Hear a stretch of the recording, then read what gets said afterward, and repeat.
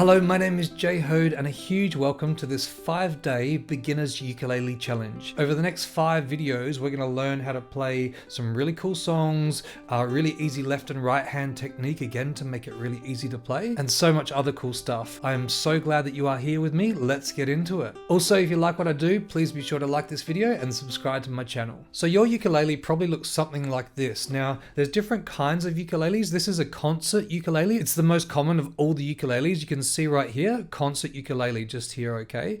You can also see soprano and tenor. They're really common as well. So if you've got a tenor, a concert, or a soprano, this course is perfect for you, these next 5 videos, because everything I share is going to apply. However, a baritone is quite a large ukulele. It's kind of noticeably different. It looks almost more like a guitar.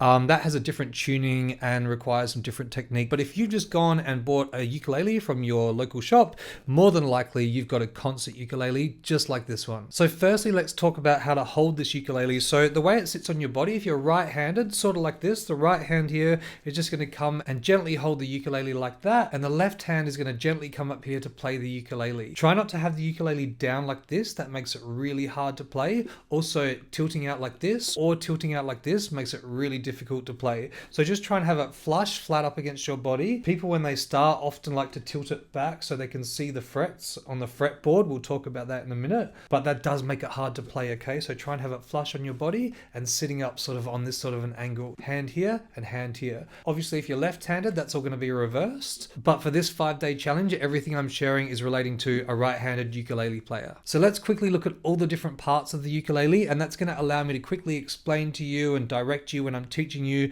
on where and what to do with your hands, okay? So at the top of the ukulele here, we've got the head of the ukulele. Here we've got the tuning keys, okay? The 4 keys around the top of the ukulele. That's going to allow us to tune up the ukulele, of course. We've also got the neck of the ukulele down here, the neck. This white bit here is called the nut. We've got the frets on the ukulele. Now there are all these silver lines on the ukulele. So this is our fretboard. And on here, these little lines here, they're called the frets. As we go up the frets this way, you can hear the notes getting higher, okay, changing the notes. And as we go backwards, the notes are getting lower. As well as that, we've got the body of the ukulele. We've got the sound hole right here. We've got this bit here called the bridge, and again the body. So of course this is the body here, and this is the bridge, and I'll talk more about this later because we use that for some specific techniques in this challenge. As far as playing the ukulele goes, we're going to start with the right hand, and we're going to just start simply with your thumb, and I'm going to ask you to strum your thumb across the 4 strings, just like that, okay? Just try that. So gently putting your hand on the ukulele somewhere around here and strumming with your thumb. Try and strum all 4 strings at the same time. Sort of like that. So it sounds like you're strumming 1 string, but you're actually hitting all 4 at the same time, rather than 1 at a time like this. Okay, try and get it really nice and smooth like that. Great job. Another way we can play a ukulele, sometimes with our finger like this, sort of holding our finger and using our finger across like that. And sometimes we'll use a pick, which I'll talk about in a minute. A pick might look like this, holding a pick. Electronic tuners are a really good thing. If your ukulele is not already in tune, I do have a how to tune your ukulele the easy way video. So the link is also in the description below for that. So you can check that out after you finish this first lesson and make sure it's all in tune. So now that you can get a basic sound strumming the ukulele with your thumb, what we're going to do now is we're going to learn the names of the strings. And that's kind of important. Again, I really need you to be able to understand the names of the strings. So when I'm teaching you things, you know what I'm talking about. So the first string here is the G. So the first string that I'm coming across here, the one that's closest to my head, is the G. Okay, that one right here, this first one, that's a G string. Your next string here is the C string. Right, next one across. Then the next one, the third one, is an E. So so far we've got the G, the C, and then the E. And the high string there is the A string. Okay, the last one there is the A string. So we've got G, C, E, and A. Now you might be struggling to remember that, which is why I've got this cool little rhyme here. Good cats eat apples, okay? It's just an easy way to remember. G, C, E, and A. Now you can make up your own rhyme if you want. I teach a lot of kids as well, so sometimes that'll come out in my teaching, but you get the idea. Good cats eat apples. So just try and remember that. Then you got good cats eat apples. Okay, again, G, C, E, and A. Now again, for the majority of this course together, I'm going to be teaching playing with my thumb, okay, so using my thumb. However, if you want to use a pick, which some people do find it easier to use a pick, these are generally the different colors of picks you get, and each color represents a different thickness. So the one I often use is green, just because it's a kind of nice sort of medium thickness. It's quite thick, but not as heavy as these blue and purple ones. If you want a really lighter pick, which will be much more bendy, okay, yellow, orange, and red, I really recommend the green one to start with. And as far as holding a pick, just in case you're really wanting to learn with a pick, I like to look at holding a pick like it's an extension of my fingertip. So I hold the pick sort of like this between my thumb and my index finger, and the pick is pointing out from the tip of my index finger about 1/2 centimeter or 1/3 of an inch. And when I'm holding the pick to play, it kind of comes on sort of a 90-degree angle like that. So I'm holding it just like that, and then as I strum into the ukulele, just down like that, pretty much pointing the pick directly at the ukulele. It feels really weird at first to hold a pick, but it does become pretty normal pretty quickly. So after a couple of weeks, it'll feel normal. Now, if you're playing heaps and heaps and heaps of ukulele every day, you might get a sore thumb or a sore finger if you're using your finger. That's where a pick's great, because you can wear out the pick instead of wearing out your fingers. But you're probably not going to have that problem for a little while there. The green pick is the one that I would recommend. If you don't have a ukulele already, there's a link in the description below for this full kit, which comes with strings, ukulele, a tuner, a case, and a strap as well. It's a really affordable price, so just go in the description, click on that link, and you can get one. Next, what we're going to do is learn to strum in time. So really simple with that thumb. Again, just strumming all 4 strings together. What we're going to do is we're going to play this basic rhythm here. This is kind of what normal music looks like. I'm not going to go too much into the detail of how to read music or anything in this 5-day challenge, but you've got a treble clef here, just so you know. That's the kind of music that we would read as a ukulele player. 4/4 means that we're playing basically 4 beats per bar, and you can see here I've got 1, 2, 3, 4. I've got the yellows for downstrokes, so we're just going to go with our thumb nice and consistently down like that. They're all downstrokes. And most music is in what we call 4/4, which, without going into too much detail, means there's basically 4 beats in every bar. So what I'm going to do, I'm going to count really slowly. I like to always count at about 60 beats per minute, which is like seconds on a clock, okay? It's a tempo you're pretty familiar with, because any clock that you've heard is clicking at about that speed with its tick-tock. So what we're going to do now is we're going to use our thumb to strum that rhythm that you can see on the screen. It's going to go like this: 1 and 2 and 3 and 4, okay? And what I'll usually do is I'll count you in with 3 and 4, and we'll come in together on the 1. All right, so I'll show you what I mean. 3, 4, and 1 and 2 and 3 and 4. Try that with me if you haven't already. I'll count you in with 3, 4. Here we go. 1 and 2 and 3 and 4. Good job. Now what we want to do is try that 4 times in a row. So I'm going to count us in with 3, 4, and I want to play that bar 4 times through. You can see at the end here, you've got the 2 dots. That means repeat back to the beginning, and we're going to repeat this bar 4 times. Okay, let's try it together. So get your thumb ready. I'll count you in, and also try and get it right on the click, right on the count, that when I say 1, 2, we want to be right 1, 2, right on that strum. Okay, here we go. I'll count us in with 3, 4. Here we go. 1 and 2 and 3 and 4. Again. Now 1 and 2. Nice and even. 3. Great job. 4. Again. And 1. Good. 2 and 3. Excellent job. One more time. Here we go.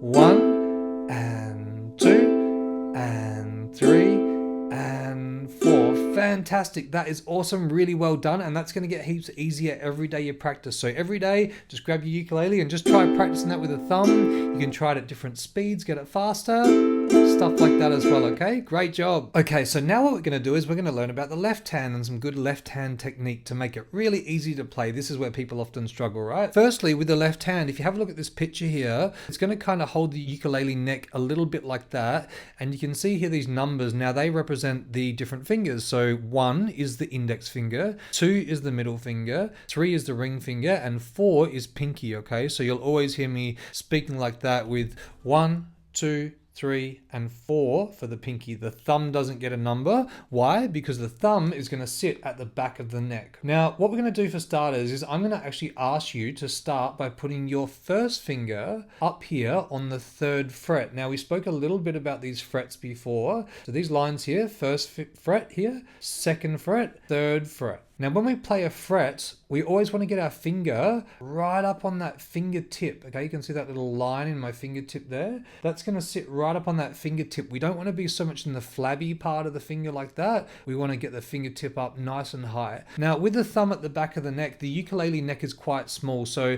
the thumb can sometimes be up a little bit higher like this. A lot of people, they'll say when they start teaching to have the thumb up a little bit higher like that. I like to have my thumb down a little bit just because it gives my hand a little bit more access to the front of the fretboard. But again, a ukulele is quite small, so really whatever is comfortable for you is fine. Somewhere around about here on the back of the neck, and I'll have that kind of roughly in line with, let's say if I'm using my first finger, I'm going to have the thumb in about the same place lined up with that finger on the back of the neck. So let's try playing that fret now. Now when you play a fret, try not to be too far back on the fret. I recommend to be sort of right up behind the fret. You can kind of be in the middle of the fret too, but I like to be a little bit closer to the fret like that. And what we're going to do is play that 3rd fret on that high A string. So what you can do now with your other hand is just play that 1 string.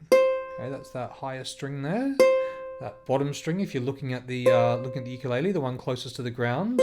I actually call that the highest because it's the highest note, but I'll talk more about that later. So again, that's with my first finger right there, and hopefully yours sounds a bit like that. Great job. What I'm going to ask you to do now is, instead of playing a single string with your right hand, I'm going to ask you to play all 4 strings, just like that.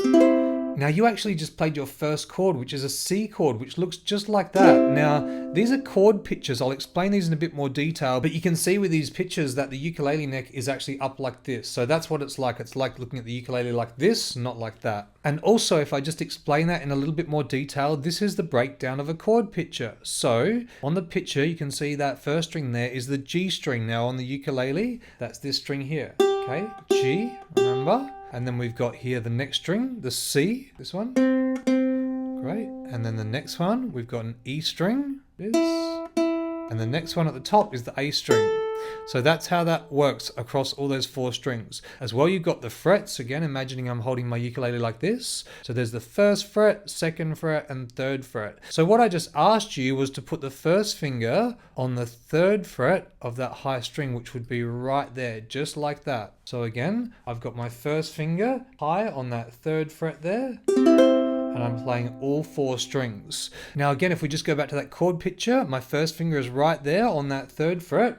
What I'm going to actually ask you to do now is to mix it up a little bit, and I'm going to ask you to put your 3rd finger on that same note. So now your ring finger, I'm going to ask you to put that on the 3rd fret of that string. And that is a really common way to play this chord, and this chord is called a C chord. It looks just like that. And the reason I'm asking you to do that with your 3rd finger is because in a minute we're going to play another chord that's going to require to use your other fingers around here, okay? So with that one, if you can start practicing using your 3rd finger, it's going to feel a little bit weird at first, but you're doing a great job. So now let's try playing that C chord with that 3rd finger with that first rhythm we played. So with our right hand, I'm going to strum 1, 2, 3, 4, but with my left hand, I'm holding my 3rd finger down on that fret there, and that's going to look just like this. Let's try it together. I'll count you in with 3, 4, and 1, 2, 3, 4. Good job again. 1, 2, 3,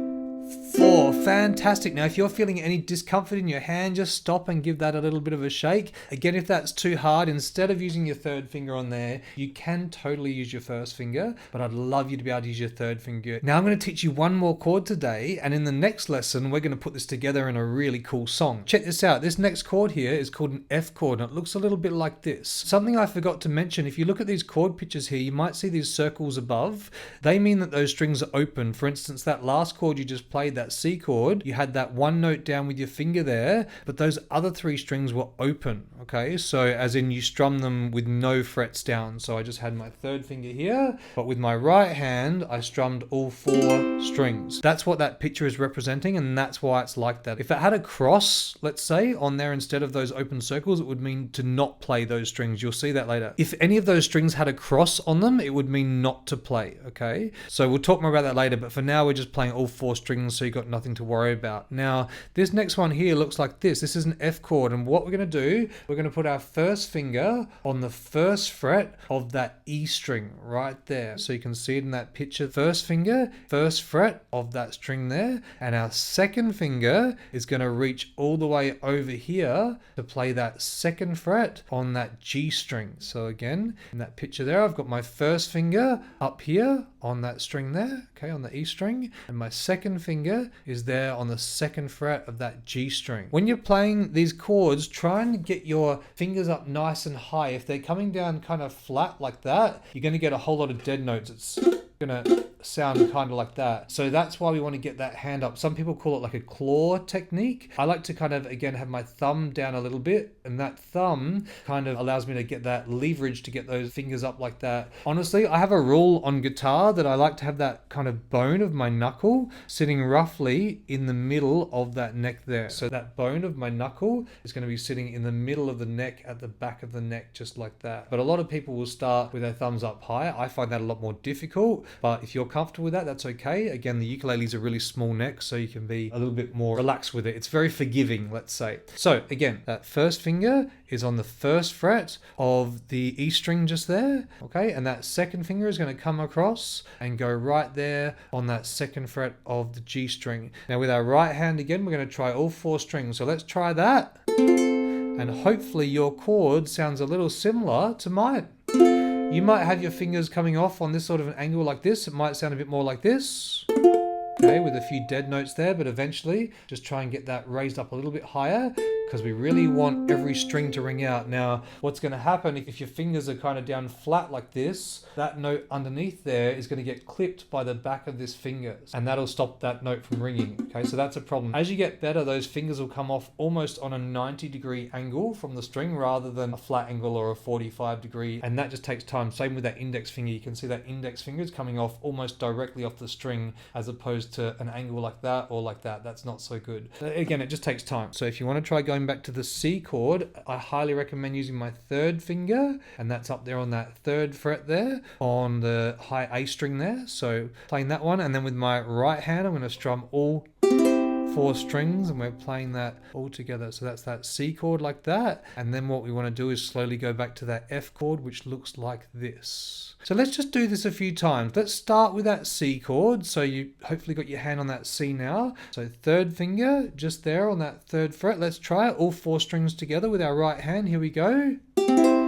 Great job. Now let's try playing that F chord, which looks like this. So I'm going to put my 1st finger there on the 1st fret of the E string. My 2nd finger is coming across here on the 2nd fret of the G string. And with my right hand, I'm going to play all 4 strings. Okay, if you haven't quite got that yet, that's totally fine. Again, just like that picture, there's that 1st finger there, the 1st fret of the E string, and the 2nd finger's reaching across there on the 2nd fret of the G string. You're doing an awesome job. Some people find this really easy straight away, and others find it really difficult. So just take your time. Great. All right, let's try that together. So you've got that chord nice and solid there, that F. Let's try it with our right hand, all 4 strings. And here we go with the thumb.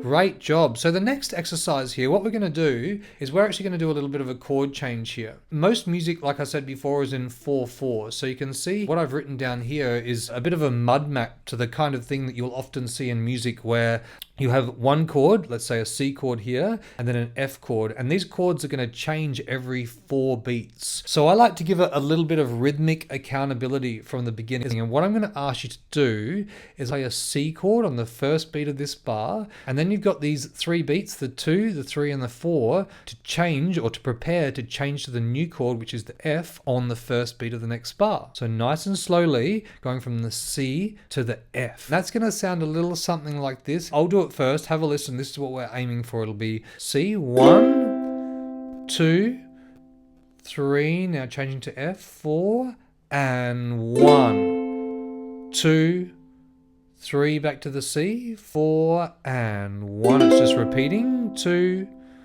3, back to the F, 4, and 1. Now, as soon as I put that pressure on of that count, it will probably make you feel like, it's like you're trying to get to that new chord in time. Having that count going, it adds a whole lot of pressure. And as gentle as this is, that pressure is a really good thing to give you that accountability to kind of try and keep pushing forward to get those chord changes faster and faster, okay? So let's take it super slow. I'm going to be really gentle to start with. Let's get that third finger up there on A string up the top there. You got it. Got your pitches up here too. So there's that C chord. All right, let's just play that once. Now let's change to that F chord. So changing over to that F chord, we're going to have our first finger now on that E string and that second finger there on that second fret of the G string. Just play that F chord when you're ready and go.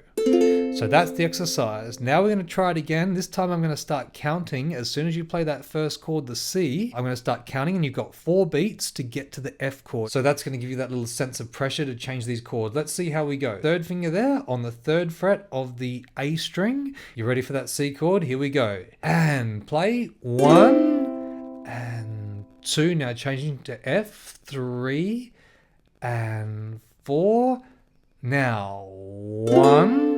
Back to C, 2, 3, 4, and 1. Back to F, 2, 3, 4. Now playing on the F, 1 and 2. Back to the C, 3 and 4. Here we go. C, 1 and 2, and back to F, 3 and 4 and 1. Well done. Now, if you totally struggled with that, do not worry. It's going to get heaps easier every day. If you can do just a little bit of practice every day, I promise you in a few days' time, this is going to be so much easier.